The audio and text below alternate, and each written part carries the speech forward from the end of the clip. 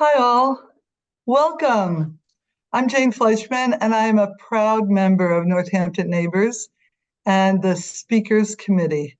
I'm delighted to be with all of you today. Our mission is to help older adults in our communities create and maintain connection, independence, and dignity, and joy as we all age and engage in place. Northampton Neighbors is free of charge and it's open to all, offering a large range of social and volunteer opportunities, as well as services and support for members 55 and older in Northampton, Florence, and Leeds. We now have 1,674 members. Holy mackerel. And remember, membership is free. Now I'd like to introduce you to our guest speaker for this, our first Northampton Neighbors speaker in 2024. Vivien Weiss. In her 40 years as a psychotherapist in Northampton, Vivien Weiss has worked with hundreds of people who are either confronting their mortality or struggling to recover from the loss of a loved one. In addition, she facilitates groups for caregivers. Currently, she's facilitating 2 caregiver support groups, 1 gynecological cancer support group, and 1 bereavement group. And all of these can be lonely, isolating journeys. In her presentation today, titled Easing the Way for Others, she'll describe some of the tools she uses to help people who are struggling with the emotional impact of illness and loss. She'll then welcome all your questions, and I'm so excited to have you here with us today. And remember, we'll have time for all of your questions, we hope, after her presentation. So now I'd like to introduce my dear friend, colleague, neighbor, and just amazing person, Vivien Weiss. Welcome. Thank you so much for that sweet introduction, Jane, and thank you so much to all of you for coming. I wish I could see every face right now. I'm trying to learn how to look at the camera. I'm not used to this, but it's really a joy to be able to share this with my community and with a community that goes way beyond this community. And I want to say before I say anything that everything I've learned has been from my community, from all of you, many of you here I know or have worked with, and or are friends and beloveds. And I just want to make sure to preface that all of you are my teachers. So I just want to begin with a quick little poem that many of you may know. It's a poem by Rumi called The Guest House. And I'll just read it, no explanation, and then I'll try to go into a little of what I do, and then just explain a little bit about my groups, and then some of the tools that I try to use with people navigating some of these challenges. And then we'll have time for questions and hopefully some answers. So this is called The Guest House by Rumi. This being human is a guest house. Every morning, a new arrival, a joy, a depression, a meanness, some momentary awareness comes as an unexpected visitor. Welcome and entertain them all. Even if they're a crowd of sorrows who violently sweep through your house, empty of its furniture, still treat each guest honorably.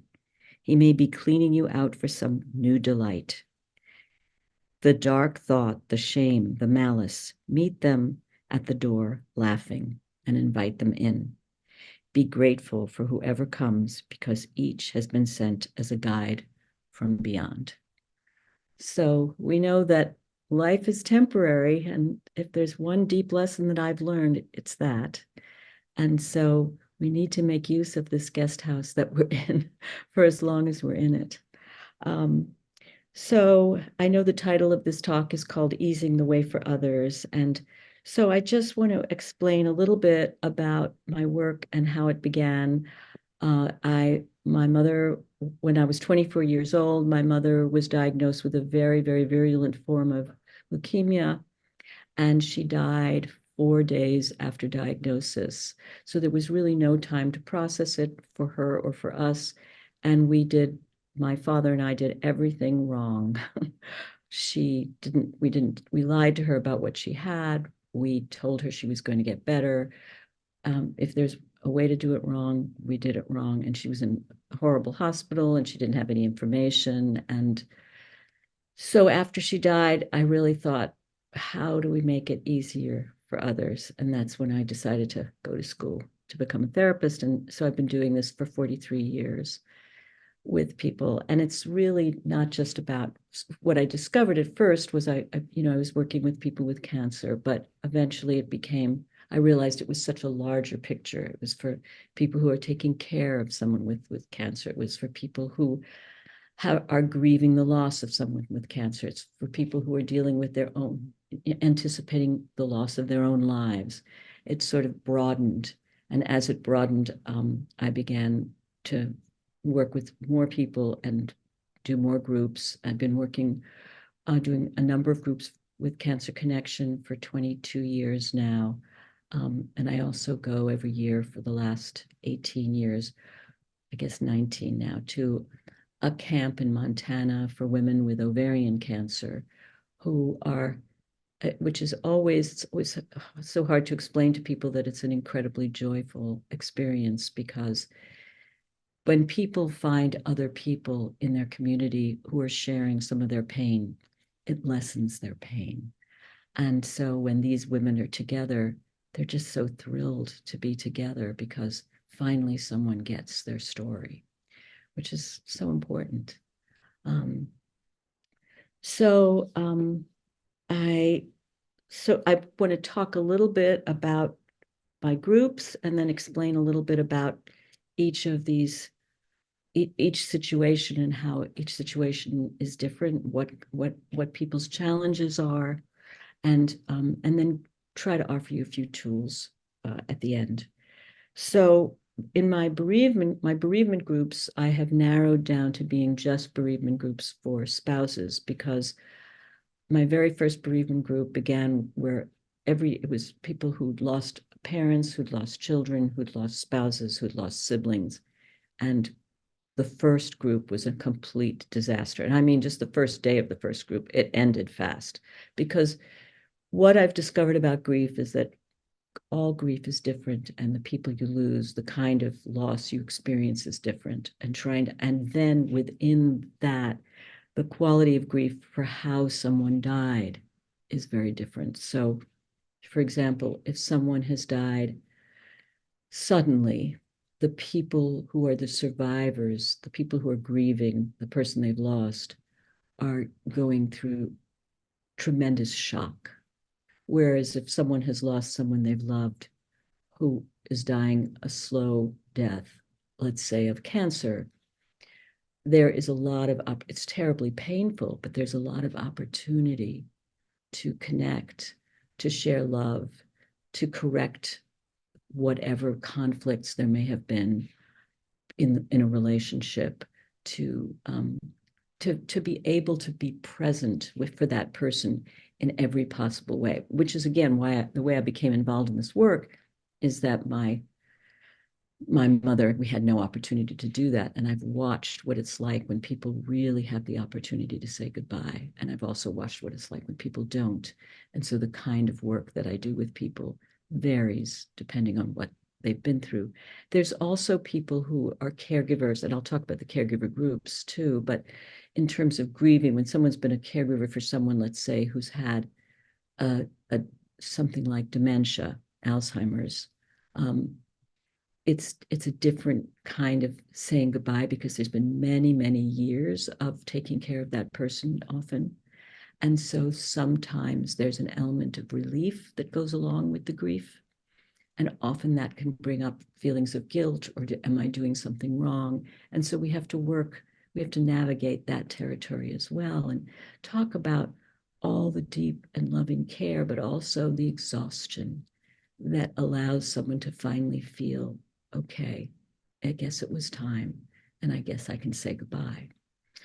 And then there are people who've lost people to violent death, either in some cases, war, in some cases, murder. And I have worked with people who've been through that. And on some level, I think that's the worst and most difficult grief to recover from. because it's constantly being played out in one's mind. And there's the desire to swoop in and rescue, and then the recognition that one can't. So they're really varied, and the way to address all of this is just so very varied. So those are the different kinds of grief. And then in terms of my caregiver groups, I have a caregiver group for people who are taking care of someone with anything other than cancer. So it could be Alzheimer's, it could be stroke, it could be ALS. And those people are dealing with are caregiving for a long time. And so we talk about the process of how does one take care of oneself when they're in the midst of this. How do you manage to sort of become, how do you find a way not to be utterly drained, utterly consumed? How do you still manage to have a life of your own so that life doesn't just disappear? And then I have groups for people who are taking care of people with cancer, and many of those people know that their partner, their parent is going to die soon. And so a lot of that work is, again, with anticipatory grief and the sadness that comes with that awareness, and also the deep suffering that people have to witness, often physical pain. And then there are people who just linger and suffer as they linger, and you have to watch them linger and don't know what to do for them. And it's also, and I'll talk soon later about that too, how to know when a life is ending and when it's time to stop. Treating, I'll talk about treatment options too. And then I have my cancer groups.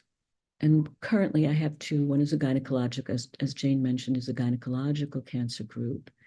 And that is a group for people with ovarian, uterine, cervical, and vulvar cancers.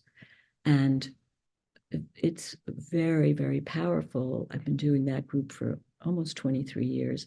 And what's powerful about it is that people really save one another's lives because they talk about the newest clinical trials and what they can, people will say, I'm being treated at Dana-Farber. Have you tried there? Or I went to MD Anderson in Texas. Have you thought of that?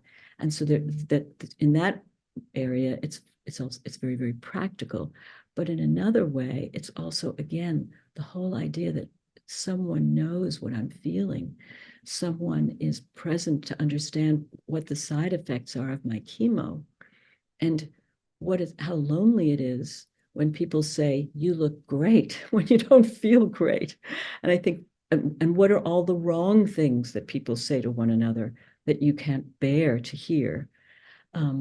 That then you can commiserate about. And then what it's like when you're finished with treatment and you feel like you've been fired from the most important job of your life. All of those things are things often that other people don't understand, but when they come together, suddenly someone speaks your language. It's kind of like, when you're talking and people look at you like you're speaking Swahili and are just smiling, like you do when you smile at someone when you don't understand what they're saying. And then suddenly you feel heard. And so it's always a beautiful thing. As I said before, similar to when I go to the camp in Montana, it's just so lovely to hear people be happy, to see people be happy, that they're just being understood and, and connected. And then in my metastatic breast cancer group, it's way more complex because many people with metastatic cancer can live for a long time with metastatic breast cancer, but many don't. And so what happens with that group is that we will have like recently in the fall, 3 people died within 3 weeks. And then all of a sudden everybody backs off from the group and is afraid of the group because they don't want to be one of those people, even if they're equally ill and could use one another's support. So that has been my most challenging group. And I'm still trying to understand how to do that, how to be with that. Because I don't know exactly how to encourage people to keep coming when they are going to experience so much sadness and loss, especially when they might be anticipating their own. So those are my groups, and I just want to talk to you a little bit about some of the tools that I try to use with people, first of all, who are facing mortality. Um, I I One of the things, there are practical things for people, let's say with cancer. If you've just been diagnosed with cancer, it really is important. There are so many challenges. Some of them are new. For example, insurances. It's very difficult for people to navigate treatment when they find out that there's a new clinical trial that's going to cost them $5,000 a month and they can't pay for it. And they have to navigate with their insurance company, with the drug company, to find out if they might qualify for to be on this trial for free. So there are some of these, so you have to find, what I always say is, when you're dealing with something like this, you have to find people who will assist you, who are advocates, who will hold your hand through it, who can make some of those phone calls, but also who know that it's not as simple as going to the doctor and being referred to a local clinician, that it depends on what your cancer is. There are some cancers that are quite unusual and people here local people don't necessarily know about them. And then there's some cancers where you go for one consultation to a place like Dana-Farber, but there's wonderful treatment here once you know what that treatment should be, what the best treatment for your particular case should be. And navigating that territory is really important and often way too overwhelming. So I always say to people, bring people to your appointments. Don't go by yourself. Make sure that you have people who really are good at asking questions, who will pursue some of the questions that you have forgotten to pursue because you've been too anxious. So that's one piece. And then the other piece is, when some cancers create real limitations, and everybody has to know what they can live with. Once a cancer has come back, sometimes people will go. I remember once working with someone, and her cancer had returned, and a local doctor said to her, well, you could try this treatment. And her cancer was everywhere. And so I suggested to her husband that he ask the doctor if it was him, would he try the treatment?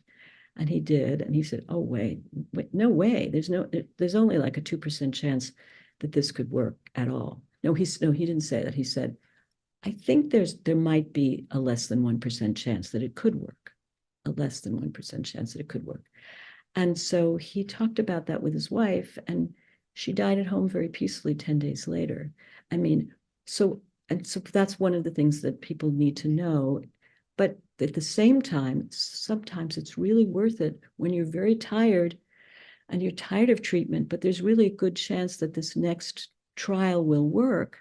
It's important to get that information and understand, can't it, and what are the chances that this is going to be, it's very difficult to ask the honest questions. People are so afraid. And what we've discovered in this generation is that people are much more proactive in their treatment. And as a result, I think living longer. I think people were always very compliant in the past and were given one piece of advice, didn't try to navigate further to find, the right doctor for them, or even go to an oncologist. They just would go to a local doctor. The doctor would say, do this, and then they would do that, and then have really no information about how to be proactive in their own treatment. I think it is really important for people to be able to do that.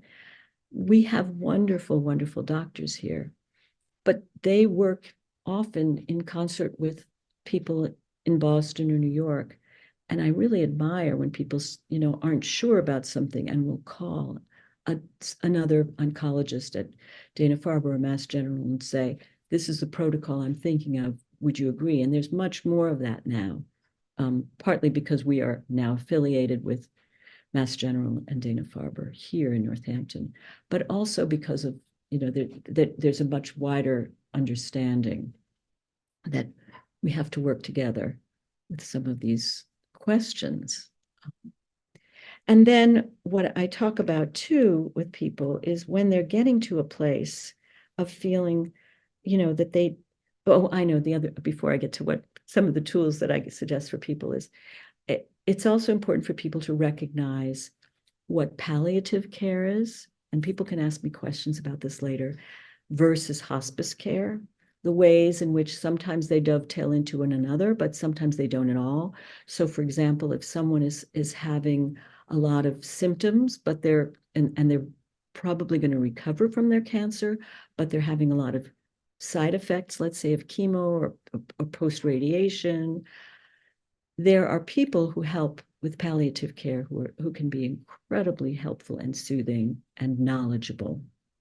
And I think a lot of people are afraid to go for palliative care because they think that's going to be interpreted as end-of-life care. And so they pull back because they don't want to be seen as a person who's dying. And that's not, palliative care can be used. I've had people go for palliative care who've had chronic pain, not from cancer, not from a serious life-threatening illness.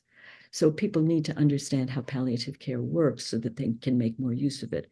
Same thing for hospice care. People think that hospice care is only for the people in their last week of life, and it's very, very underutilized. So now, I mean, the best example of hospice care is Jimmy Carter has now been on hospice care for almost a year. He's a perfect example of someone who started hospice care when he saw that the treatments were no longer working.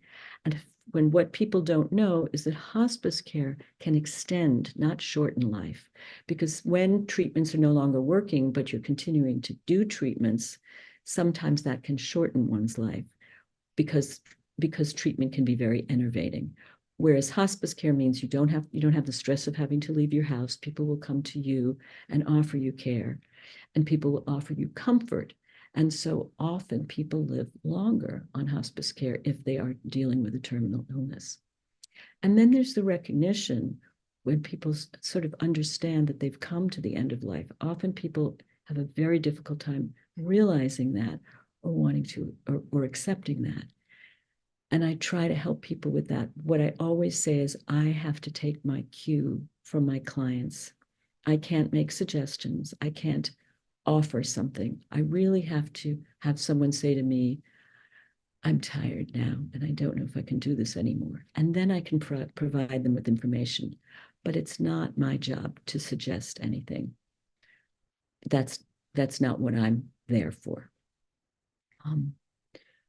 So I know we want to move on because people have questions. So one of the things I try to do for people who are ill is to help them prepare while still living as fully as possible. So dealing with life's limitations, someone might have had a stroke. Someone who's had chemo may have permanent neuropathy. For people, certain people who are dealing with dementia have memory loss. How do you? Some people have found after certain cancers that they're on, or with ALS as well, they're on feeding tubes and they can no longer eat. So they've been deprived the pleasure of food. What does feed you? So and this is very difficult for people to figure out sometimes. What still can sustain you when so many things no longer work? And we kind of navigate and research that together. Can you think of some tiny little joy that makes you happy? Is it, it's on my website, there was a woman years ago at camp. We talked about, creating, a toolbox, an emotional toolbox. And so I just came up, I came up with those words. Can you gather an emotional toolbox? And the next day she wrote to me, she had made a list, I think, of 38 things that she called her misery tools. And they were wonderful. It's like take a bath with aromatherapy, listen to my favorite pieces of music, listen to the sounds of bodies of water. I once had a person I worked with, and she was really in her final days of life, and it was her birthday, and her favorite meal was always salmon, poached salmon on a bed of spinach. She couldn't eat anymore. She had ovarian cancer and she was no longer able to eat. So her sister made her that meal, and she would take little bites and spit them out, and take little bites and spit them out. And she said to me that it was the best meal of her life because there was something about the sensation of it. And then she said to me, and tonight we are going to listen to the sounds of a babbling brook, and I can't wait. So, I mean, I don't know if some of this just sounds, like it's Pollyannish, but it genuinely works for people when they can access that place. For some people, it's a lifetime of deep meditation. Sometimes for some people, it's learning how to breathe, because when you're anxious, you breathe in a very shallow way that causes a kind of panic. So we navigate what works for you, what brings you joy, what eases your pain, who brings you comfort. There are people, I'm working with someone now, and she's really in her final stages. She's young. Her mother's still alive, and all her mother will talk about is how painful this is for her.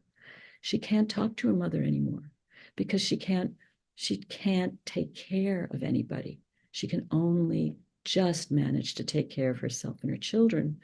So we're trying to figure out who the people are that just are too toxic when you're in your final stages of life.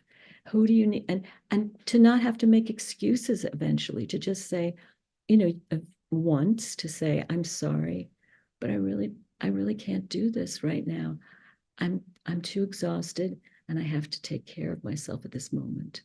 So there are these tools that I try to encourage.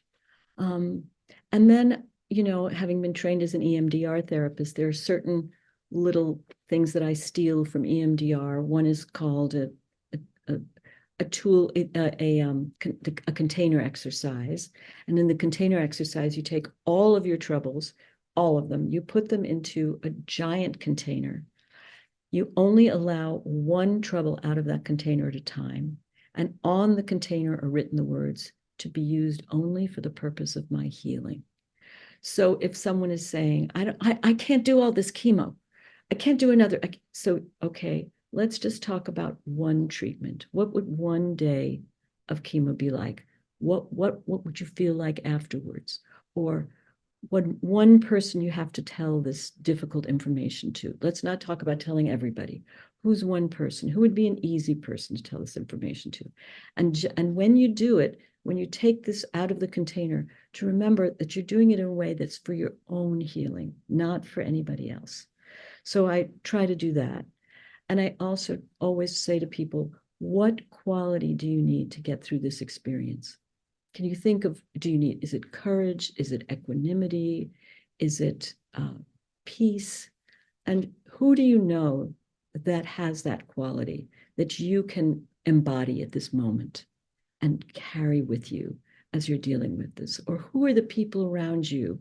Try to imagine if the people around you who sustain you, who are your nurturers, who are your wise people, who are your protectors.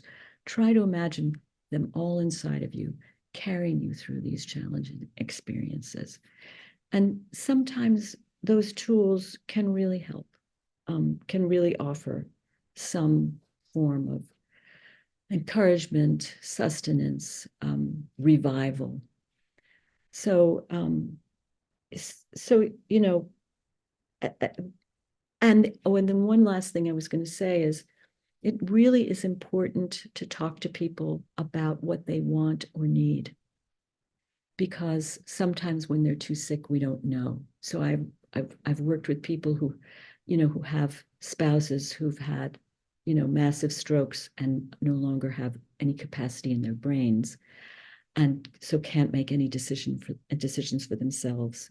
And now their partners are left having to determine what needs to be done.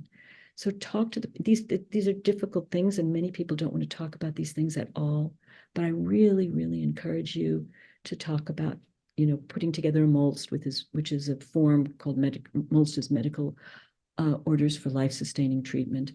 Put together a MOLST where you say what you want and what you don't want. Some people want the whole kit and caboodle. I do not. And some people really are clear about what they don't want. So I encourage that too. But I know that there's like a million things I've talked about here, so I'm going to stop now. But just say it's been a joy to be with you all, and please feel free to ask me any questions. Great. Thank you so much, Vivien. That was so beautiful. And I too could listen to you for much longer, but I know that there are some questions, and we got a few beforehand. And so I wanted to start off by asking, one of our members asked sort of a two-part question for you. You've described so many incredible experiences you've had over 43 years. What have been some of the most challenging for you, and what have been some of the most beautiful experiences for you? Can you give us sort of both sides of the hand? Yeah, Thank you. absolutely. Oh, and I forgot to mention one thing, which is for some people, religion and spiritual life is extremely soothing, and I always turn to people who have very strong faith. I was going to say that's been one of the most helpful things. I think the most difficult has been when I can't help, when people are really frightened to the very end, and I can't, I can't seem to soothe. So for me, that feels like a personal crisis, and I watch people truly suffering, and there are some people like that, and some of these people have been absolutely wonderful people, but they cannot. Sometimes the illnesses themselves, for some people there is great pain, and there isn't. For most people there is pain relief, but for some people there isn't. For some people, lingering for a very, very long time between life and death, is very difficult. For some people who are very, very young, it's been very, very hard to see people who are young with very tiny children. Ovarian cancer can come to very young people. That's very hard.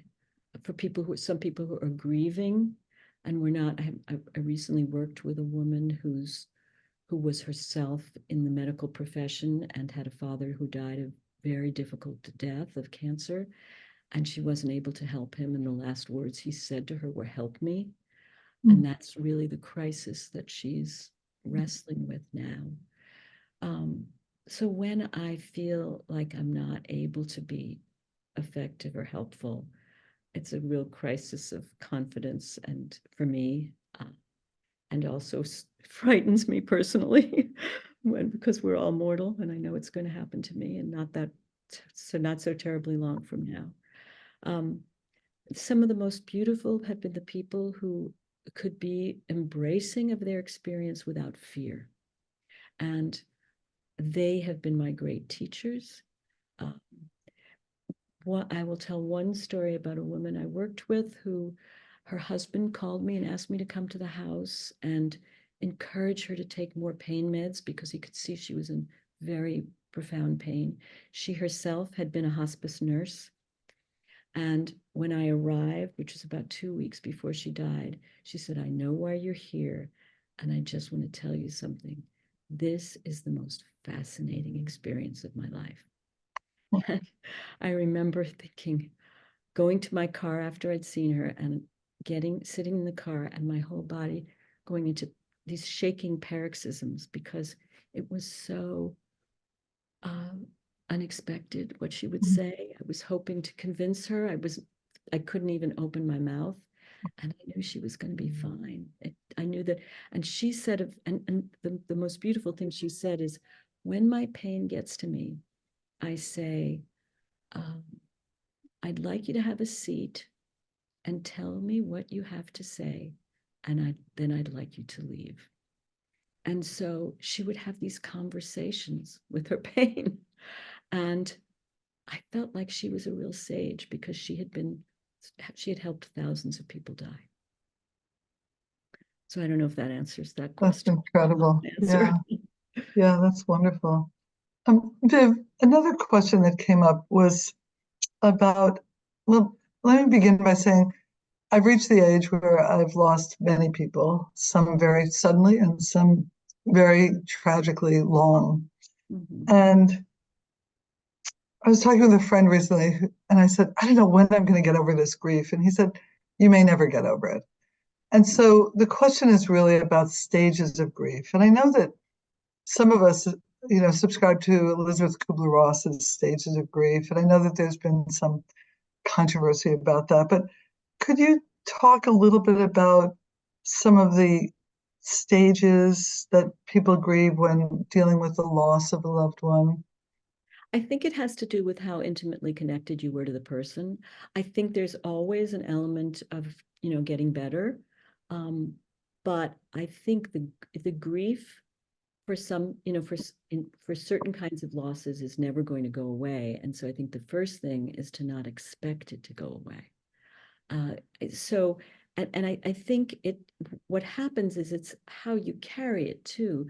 There's a beautiful new book called The Wild Edge of Sorrow, and it really talks about the value of grief, because I always say to people in the moment sometimes where you're feeling the grief the most, you're also feeling the connection to the person the most. Mm, So if you don't, it's not like you want to invite the grief, but sure. you also, if it comes to visit you, you want to be with it because it's probably going to offer you not just pain, but also a gift. And you need to know what that gift might be. And so when you start to listen to it and not just fear it and flee from it, it can sometimes really offer you some very important, um, it can be a present from that person, you know. And also, so many people will say to me that how wonderful it is when they can dream about the person they've lost. I always have this suggestion, which is I say to my clients, which is write a letter to the person you lost. Tell them what you're missing, and then have them write you a letter back. And when you're writing that letter back, it's extraordinary how much you're writing the letter back in that person's voice. Mm, Just what they would say to you to comfort you if you mm, were really intimately connected to that person. And suddenly you say, oh, they're not here in body, but they certainly are here inside of me. And sometimes that can be very soothing. mm.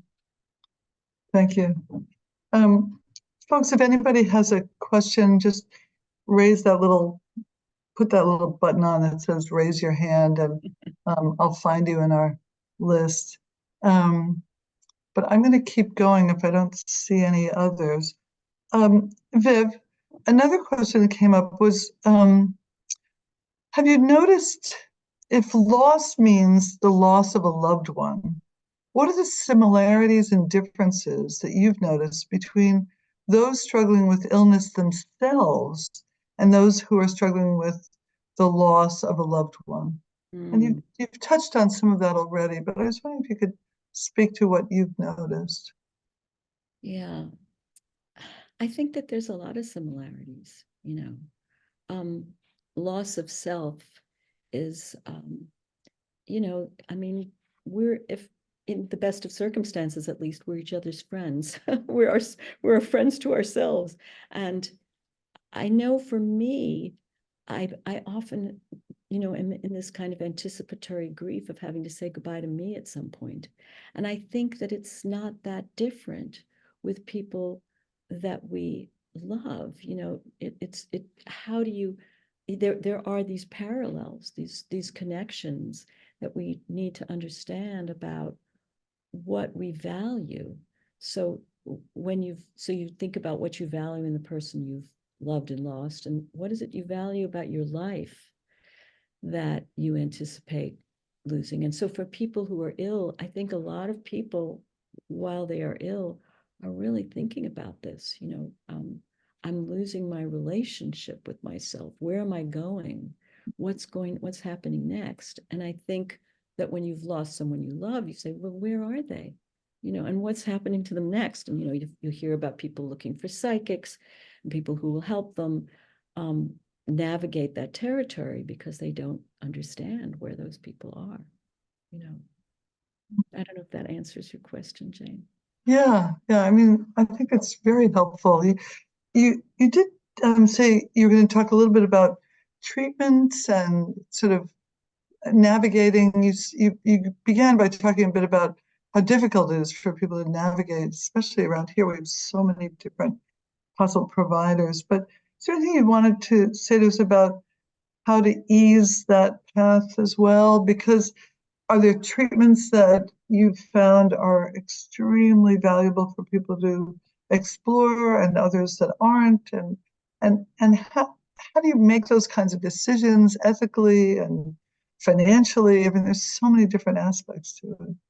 Well, financially, I think you need to get help because there is a way to get treatment for free with some of these, some of the drug companies that are doing experimental trials want people on their trials. And so Mhm. when you find out that a treatment is $5,000 a month, it turns out that in fact you can often get that for free. But I mean, I'm not a doctor and I would never be able to recommend treatment to anybody or not recommend. But I think what you want to do is I guess what I'm trying to say is that you want to be an active participant. And sometimes when you're overwhelmed, sometimes people just kind of collapse into compliance. And you want to understand what you're doing. And I see how enlivening it is for people to participate in their treatments. Um, and I don't think that's necessarily that there's a right or wrong treatment. I don't know that's not my world, but there is a sort of recognition for some people when it is time when treatments have run out, and sometimes people will not hear that. They will go back and um, they will ask for more when there isn't more. And sometimes when doctors, I have seen that when people, because I've worked with doctors too, that when they see people being desperate enough, it's hard for them to say, well, I don't have anything else for you. It's a very difficult thing for an oncologist to navigate because their job is to offer more. And so to really try to understand, I think one of the things is for people to be able to cultivate the strength and courage to ask the right questions. Are we talking about, is this, so this week I spoke to a woman who was very, very brave. She said, well, I had my second clinical trial. It too is not working. They are now going to try me to see if I could qualify for this third trial, but they're thinking I might not be able to. And I'm feeling pretty good right now, but I need to start planning when I'm going to sign on to hospice. So she's doing both. So and we talked about that. We talked Yeah. about what it's like to live these parallel lives where on the one hand, I am going to do everything I can to stay alive. And on the other hand, how do I prepare for the fact that I'm not going to be here forever? And navigating that territory is really challenging because Yeah. how do you do both? Because you think you have to sort of move into one, but that's not true because as Elizabeth Kubler-Ross once wrote a book called To Live Until We Say Goodbye. And I love that title because I remember someone once coming up to me about a friend of mine who was ill. And she said, oh, I hear your friend so-and-so is dying. And I said, she's absolutely not dying. She's living with cancer. She may die of this cancer, but she is in no way dying at this moment. And it felt Yeah. like a way of summing up what is an ongoing struggle until you know that to live until you say goodbye, until it's time to say goodbye. And for a lot of people, that takes a long while. Mm. Yeah. We've just gotten this whole slew of questions, and Good, one good. that's I'm very, glad. I'm so glad. very similar to what you're just talking about is: have you had experience with individuals who choose not to pursue treatment for cancer within a group that you're running with individuals who are in the midst of treatment protocols? That must be very complicated. Yeah, and it doesn't work in a group. Yeah. It's a Yeah. downer for the people in the group. It sort of destroys people's confidence. And Sure. it's also, I think, to not do any kind of treatment, I think, at all, is quite irresponsible. And it's kind of, unless if they want to work with me individually around that, that's one thing. But to be diagnosed with something like cancer and to never have treatment, in my mind, is irresponsible to themselves and their people they love. So I I would I would work with people like that individually, but I don't think that if they came to me to be in a group, because I vet people for my groups, I interview people before they join my groups. I think I wouldn't have them join a group because that can be really toxic. Mm, mm, But I understand that that can be a choice for some people. Some people think the treatments are just too difficult. mhm, They're not, you can work with treatment. It's mhm, the treatments are not impossible. They're hard, mhm, but they're not impossible. And people do emerge from treatments. And I'm mhm. just working with a woman, a young woman right now who's just completed her treatments. And she was so miserable during treatment, but I see who she is now, 2 weeks after she's finished with all her treatments. And she's a person again. Yeah, wonderful. Someone asked, I have a number of friends going through a very hard time, physically, legally, emotionally. Do you have any advice about how to be a good support person? And that's similar to another question somebody asked about um, how, what's your experience been with medical advocates to help people navigate the medical system? So, two questions here. One is how to be a good friend, basically, and Mhm. how do medical advocates help? So, if you can speak to either one or both of those, would be very good. Yeah, there's a nurse navigator at Cooley Dickinson who's really many people have said is really, really helpful. And she can sort of help people navigate that territory, but that's more practical. But in terms of how to be a good friend, I often say directly to people, what would be the best way for me to help you right now? Because sometimes people give unsolicited advice and it is a disaster. Because what you might want or what you might want to do at that moment, so much of the time friends are trying, they're so overwhelmed that they want to comfort themselves. And so they say things they offer platitudes, maybe not intentionally, but they're really hard for other people to hear when they're in the middle of a struggle. Sometimes people will say, you know, gosh, I'm listening to you and I don't know what to say. That's a very honest answer. I wouldn't say it's the number one best thing. You know, I mean, sometimes it's great to be able to just say, I love you so much and I'm here for you. And let's brainstorm about what you need right now. Mhm, But that's another way to do it. Is just like, let's sit down, make me a list. I'm going to run out and I'm going to check off everything on that list and come back to you having it done.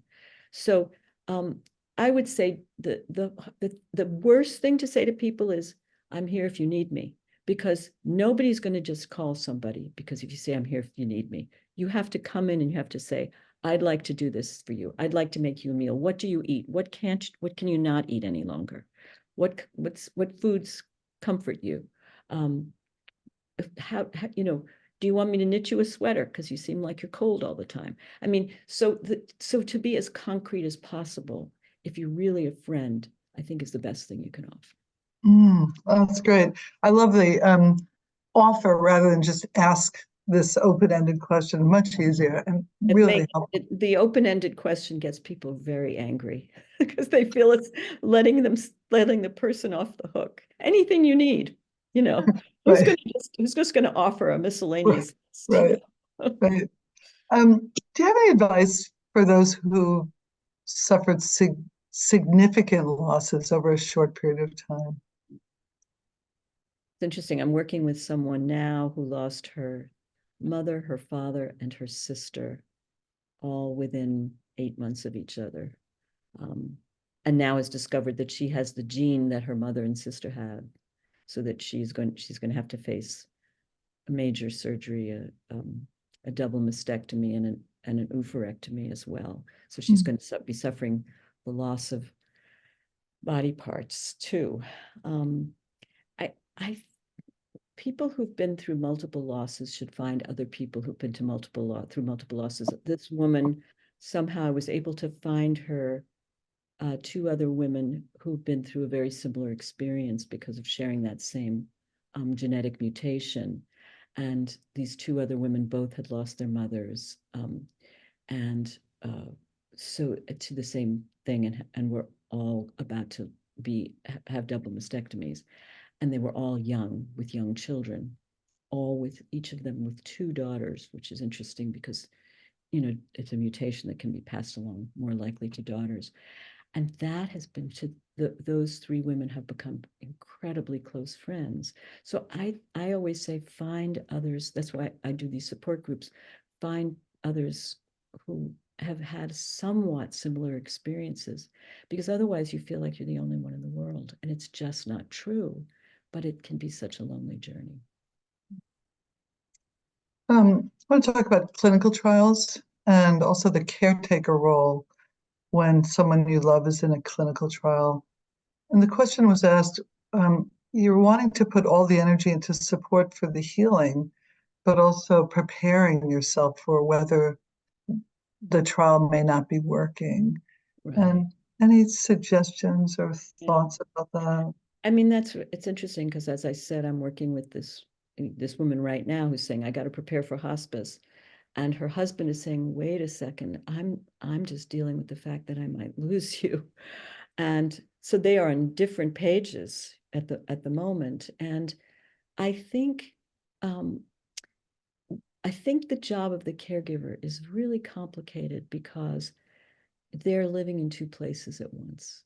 When you're sick, you're only living in one place, but the caregiver has to be a cheerleader, but also has to is experiencing anticipatory grief. So they're moving from one world to the next, and they're moving back and forth, and sometimes that can feel like a really crazy experience because they're trying the one person, and for some people they're saying this trial is going to work, for themselves. They're talking about it for themselves, and their caregiver is thinking, no, it's not. And then for some people, like I'm working with a lovely man now who is dealing with glioblastoma, brain cancer, and he's done well for about a year and a half, but he is very realistic and knows that the tumors are growing. He's still doing okay, but the tumors are growing, and he knows he's going to die. His wife is angry because she doesn't want him to be pessimistic. He's really Right. being realistic. And so I've been working with each of them separately, and he has asked if I can bring her in to his session to sort of say, it's okay if he says he's going to die. It's not going to make him die. But he needs you to be on that page of recognizing that and not necessarily being a coach to keep him alive. He's doing everything. He's doing all the treatments, and they're working, but the tumors, they're working in that they're sustaining him, but the tumors are growing, and he's not going to live for very long with this cancer. And he wants her, he's trying to arrange all kinds of things, what he wants in his will, who he wants, certain things that he owns, who he wants to have. He wants his son to have his sports car, all of these little things. And when he brings it up, she gets very, very upset. Likewise, it can work in the other way, where it's people will be, the people who are the caregivers are realizing that the treatment's not working anymore, and the person who is sick is saying, I want to try another thing, I want to try another thing, and it's clear that it's not working. So navigating that territory it takes a lot of skill. I just want to take a moment to say that it's the top of the hour, and I know some people may have to leave, but Viv has generously said she could stay a few more minutes, and we have a few more questions. But I wanted to let you know that in February, our next speaker is going to be here on February 2nd. It will be hybrid, which means that you get to be in two places at once. You can be online or you can be at the Senior Center. And it'll be at 2 p.m. And the guest will be John Riley, also known as Johnny Memphis. Yeah, so I'm pretty excited about that. So come back and be with us again in February. But we have two more questions, and I think then we're going to have to wrap up, okay? One is, you mentioned The Wild Edge of Sorrow, which I really want to pick up. It sounds like a wonderful book. Is there another book that you might recommend for caregivers who are in the process of making their way back to themselves after the loss of someone they love? There's a beautiful book called 10,000 Joys, 10,000 Sorrows that is written by a meditation teacher whose husband was also a meditation teacher and died of Alzheimer's, talking about that particular caregiving experience. Great, thank you. And then a couple of questions about how do you take care of yourself doing this incredible work?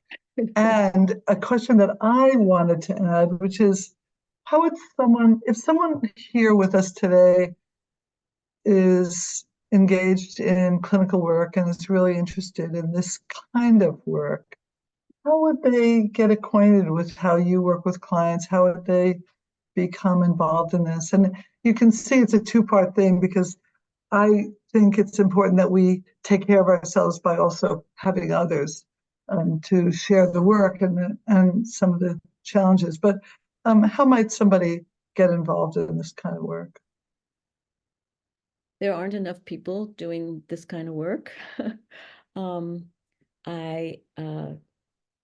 I'm actually hoping to embark on trying to start a supervision group for other clinicians who want to do this. So if you know other people who are interested in this kind of work, I would love to pass clients along, because I certainly, living in the world of mortality, will not be here forever. So I know that I'm eventually going to have to cut back on my work, which I have not done yet, but know that eventually we'll have to do that. In terms of how I sustain myself, I have to say that I have a very joyful life. I'm very happy in my community. I have wonderful, wonderful friends. I have a spectacular husband and beautiful children and grandchildren. So that has really that's really helped me, because people are curious. People want to know about what I do. And they're supportive and warm and loving, and I can definitely collapse in my husband's arms when I've had a very difficult experience, when I've lost someone, when I anticipate losing someone, or when I've had a very important and profound session with someone where I really feel like, something so elevated and extraordinary has happened, that person has passed along to me. So I think that's sort of how. Great, great. Thank you. Thank you so much. So on behalf of all of us, I just want to give you a huge thank you. And I know people have been writing stuff in the chat. I know it's hard when you're speaking to look at the chat, but Right, I people didn't get to see the chat. I'd love to see the chat. You can chat. beautiful, And if people beautiful. have questions for me, feel free to email me at viv.weiss@gmail.com. I will I'll very, put that in.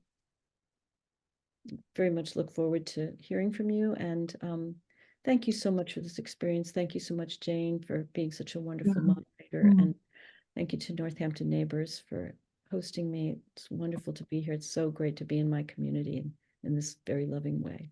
Yeah, we are so, so fortunate to have you. Thank you, Viv. Thank you. Thanks to all of you for being with us today. I'm so glad that we're in our first session of 2024, and I really look forward to being with you again February 2nd for our next speaker. And enjoy the rest of your day and have a wonderful weekend. Thanks all. And big thanks to Nina Kleinberg for helping us with everything she does.